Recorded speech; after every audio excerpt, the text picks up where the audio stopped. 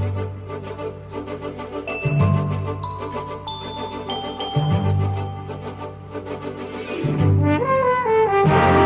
back here on Jones and Company, and Dr. Isaac Bekele and Dr. E. Monica Davis from UWI are here today. Godfrey? Dr. Davis and Dr. Bekele. The Caribbean Basin is a huge area, and the Bahamas encompasses some 100,000 square miles. And here again, our colonial background has tied us to agriculture. We really, as CARICOM states, we really do not understand or seem to appreciate or seem to take steps to deal with our marine resources. From that perspective, the Institute in Andros is the only one in the Caribbean with this uniqueness you talk about, Dr. Bekele, that looks at in depth the land and the sea. How do you picture that in terms of being a Caribbean novelty? The challenge is because of our economic status, we don't really put priorities on research. Without sound research, without sound data, whatever we plan and implement is really a guesswork, and that is a challenging thing. We have natural resources, we have forest resources, we have marine resources, but we haven't mastered the knowledge in those areas. What about the region's attention to the marine resources? So the institute, if it's fully functional with engaging trained people in sufficient numbers, there's sufficient diversity of knowledge, laying out priority research areas, and if they go out and carry out those basic research, then I think they're going to generate sufficient knowledge for planning, exploiting the resources, preserving the resources. Those things become very important.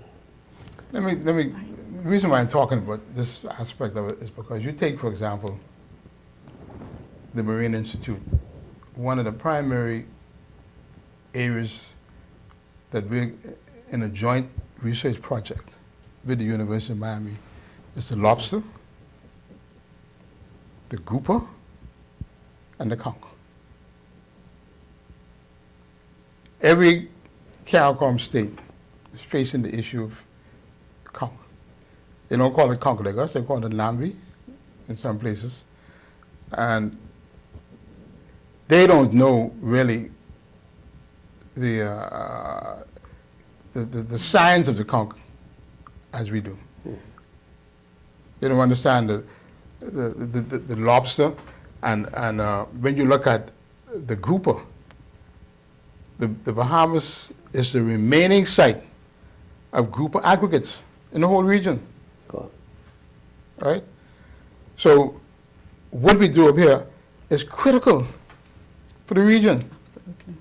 Absolutely. Not just a Bahamas thing, it's critical for the region, because no other place in the region will have this kind of facility. Do you share that view? You're the Dean of UWI School of Agriculture, sir. Do you share that view of Ms. Dean? Well, the Bahamas, he mentioned it, is a huge country. Once you include the land and sea space, it's a huge country.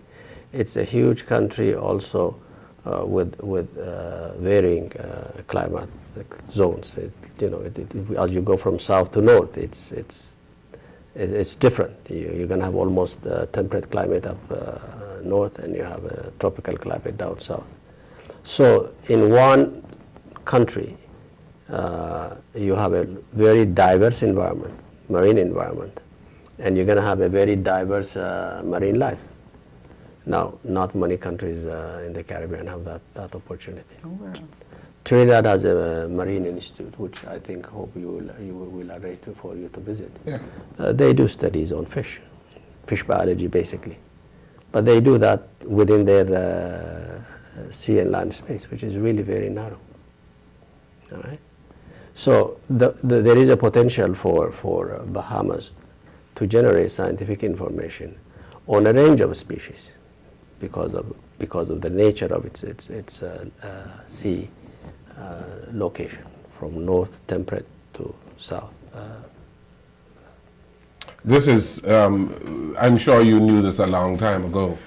And how is it that the University of the West Indies has not been using the Bahamas in various research that people have been doing? Well, in agriculture as well as marine science? Well, part of the fault is ours. Part of the fault is ours. We have not, Mr. Jones, taken the necessary steps to integrate into the science of the region. Let me give you an example. CARDI, Caribbean Agricultural Research and Development Institute, the premier research institution in CARICOM for agriculture, right? CARDI has appointed the institute here to represent them in the Bahamas. And they would pay for that service. We would manage the project for them.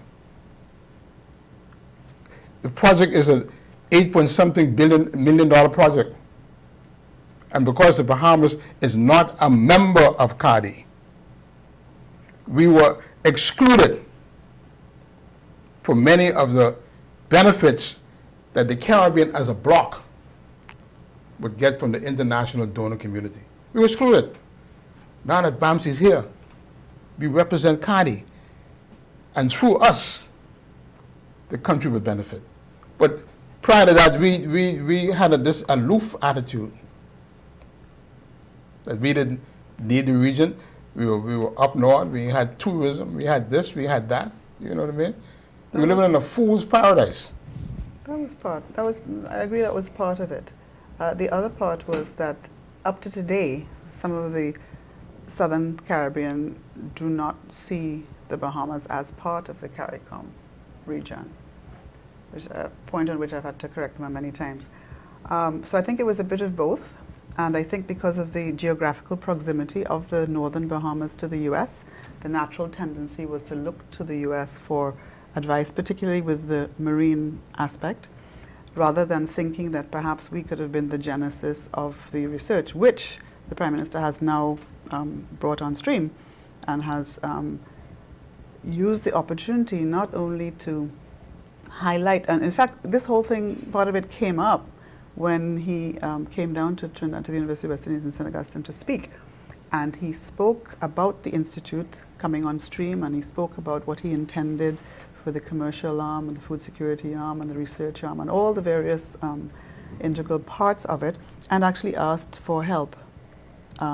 He said he should not have to look northward all the time. He should be able to look towards his Southern Caribbean counterparts. Yeah, I hear you. Out of this, that I hear you, but Bahamians, while that might be so, Bahamians continue to look north, and for the time being, I've not heard of any agriculture coming from the Southern Caribbean to the Bahamas in terms of the Bahamas being a market for what is produced in the Southern Caribbean. Am I not right, Ms. Eames? Yeah, but it will come. It will come. you see, traditional trading routes as mitigated as certain circumstances. We were talking today. There's no transportation between the Caribbean and if what transportation there is, it goes through Miami. Right. But we have this idea, right? We have this idea in the Bahamas that bananas come from Florida. That ain't true.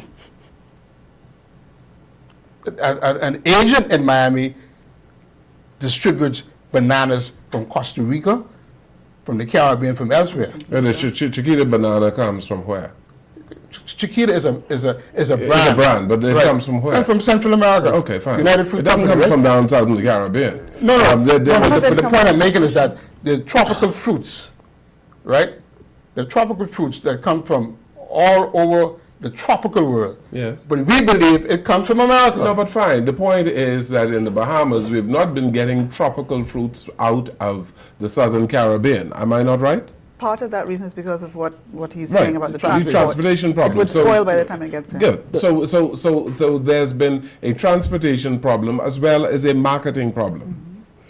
Well, Among others. I think to me it's the trade issues are slightly different from the production issues.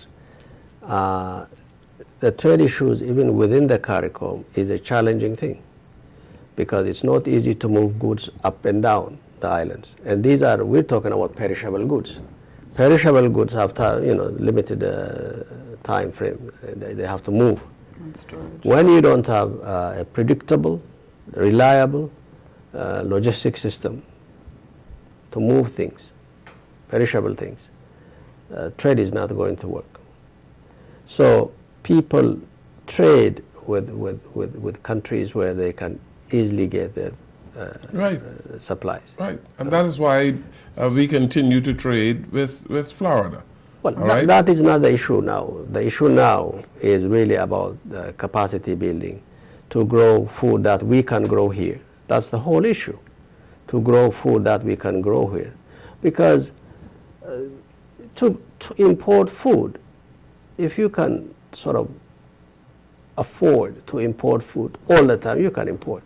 But the challenge is, what happens when you cannot generate sufficient income, foreign exchange, to buy food? What happens then? But Professor, there's a cost to producing the food that you're talking about. We're talking about mechanized farming in a whole lot of instances here. And earlier on, we talked about access to capital. The average farmer in the Bahamas needs access to capital. And he wants to get involved in mechanized farming. You talk about capacity building. Do we have that kind of capacity? And are we building that kind of capacity here? Yes, we're building that in kind the of. Bahamas. And I'm not talking about the putting in place the institute to teach people. I'm talking about after a young man or woman is trained at BAMSI. You don't like BAMSI, but we love BAMSI. After that man or woman has been trained at BAMSI, would he have the capacity and the capital to get involved in the kind of farming that we're talking about? Yes, you would. Yes, absolutely. Okay, tell us how. No, let me explain further, right? Tell us how. Wait, let me back up. You take the banana, for example. The banana, Chiquita banana you talk about. The same technology that goes to Chiquita banana in Costa Rica is the same technology that goes to banana in Bahamas, that banana in Bahamas at the Institute. The only difference is United Fruit Company pays the fellow who picks bananas in Costa Rica how much, $4 a day or something like that. Right? That's what he pays him. The technology is the same. But it takes, you know how far Costa Rica is from here? Right? And you know what he has to do to get that banana in that yellow, unblemished appearance, but it's tasteless? That has to be shipped. The farmer here will grow with the same technology and supply the market at a cheaper price. And that is what the Institute is about, to teach him that technology. And that's what, you see, I lecture over there. And they heard my lecture this week. Was he good? Absolutely. He was good? Brought home I lecture over there, right? salient All right. points. He brought Right? home some salient Right? points. You know, I lecture over there, right? Very good. And I lecture there for a reason. And the primary reason, I want to ensure, right, to my best ability, that the students who are there understand the value. challenge they face, right? And ain't nobody can give that better to them than a Bahamian. You know, Englishman or no American could do that. You have to challenge these young people. And many of them, Mr. Jones, I know 3 weeks ago they didn't know the word extension. They would tell you, they didn't know the word extension meant. And they come back and say, look, I want to be an extension officer in Long Island, where I can take the technology that I'm learning here to the farmers where I came from. And I want to engage in crop production. Yeah, but what you are talking about is fine. No. I also got to tell them. It's all fine. No, I also got to. Don't tell me what you taught. No. I'm not interested. No, in that. listen to me. What I'm interested in is the capacity of these people having the capacity to produce the crops that you're talking about, and having the market for it. There are a whole lot of people who are interested in getting involved in agriculture. They want access to land, Mr. Enos. They want equipment. If you would listen to what I said to the students, you would understand. No, I don't want you to repeat your lecture to the students. What I told the students also, Mr. Jones, and they can attest to that when they graduate from the institute, funding and land will be made available to them. By whom? By the government. The government will give them money? Yes. The government will make loans available to them. We told them that. You probably haven't agricultural development. So what you're saying? So the government is going to have a fund. Yes. For ongoing lending to these people. Yes. And no matter what size your farm is. No, it don't matter what the size. You give people you give people enough land to start an economic unit. And if they want to expand it, then they got to use their own initiative. But Mr. Enos, there was an institute here called the Bahamas Development Bank, and the Bahamas Development Bank also gave loans to farmers in the Bahamas. That bank, Mr. Enos, is in deep trouble. That bank, Mr. Enos, is bankrupt. Okay, fine. Okay? Fine. So you can have all these pie in the sky dreams and all this type thing. But you're talking to real people who understand the Bahamas. Right. And you're also talking about the negativity. No. Hear me out. We're talking about the reality. No, let me finish. You talk about what the reality is. Let me finish, please. You talk about the negativity initially when BAMSI was announced. Oh, that can't work. Who said it can't work? Yeah, you're one of them who said it can't work. Yeah, you're one of them who said it can't work. I never said that BAMSI cannot work. You said it can't work. I have never said that. You said that you want to see what's going to happen. I want to see what is going to happen to BAMSI. Now, I bring people... And we are still waiting to see what is going to happen to BAMSI. You are telling me, Mr. Enos, that the government is going to give loans to people. I'm saying to you, Mr. Enos, that happened before. Under what circumstances? Mr. Enos, it happened before in the Bahamas in agriculture. We had a Bahamas Development Bank that loaned millions of dollars to Bahamian farmers. Most of the Bahamian farmers did not pay back the loans. The bank itself now cannot give any loans. Can I tell you why? No, let me clear this up. You know why? A bank makes loans to people. Listen to me. A bank makes loans to people. They have no expertise on the staff to monitor what they do. Right? As a result of that lack of expertise in agriculture, they are unable to collect. We have rectified that. So the government is going to give loans to people, and the government has the expertise to manage these loans better than a bank. Yes, we're going to have the government will do it better than a bank. The agency which makes the loan. There's another bank now in this country that is in trouble, you know. Mr. Jones, may I just say something? You see, if you want a row, we'll have a row.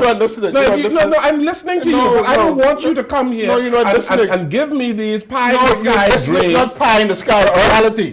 That's not a reality. Yes, it's reality. You are saying that the government is going to give loans to people when they are finished with BAMSI. Yes. I'm giving you examples on where that happened before. Because the Bahamas Development Bank, Mr. Enos, just in case you didn't know, is owned by the government of the Bahamas.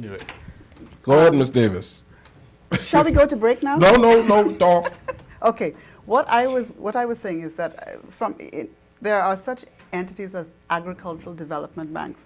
Now, what may have happened in the past has happened. That can't be changed. But in the past, there was no institute which was building capacity and training and educating the same farmers that they could actually have their own farm and make funds available to themselves so that they would be in a position to pay back on their loans if they're given loans. I'm not saying I don't know anything about banking, but in terms of an agricultural development bank, it will operate, you can get loans, government can start you off, whatever, and you can be given subsidies for materials and equipment and so on your farms. But there are strict regulations and guidelines that you have to follow in order to, first of all, qualify for these loans, to ascertain. Now, maybe in the past, I don't know, maybe they weren't vetted properly, or maybe, as I said, because they didn't have the correct expertise to make the farm profitable, they were unable financially to repay. But that is changed. They had the same problem as Mr. Bekele spoke about, and that is access to marketing problems. That's part of the course. And the part of the course in the Institute is going to teach them all these little things, these little loopholes, which will cause for them to become entrepreneurial farmers and financially capable. There are two ways you can tackle that. Yeah, okay. Let's talk about those two ways we can tackle that, and give Mr. Enya some water so that he can. He's tormented by. Pour over his head. He's tormented by a flame. Just to maybe carry on. All right. He's tormented by a flame. We'll take a break. We'll come right back. Yeah. You know.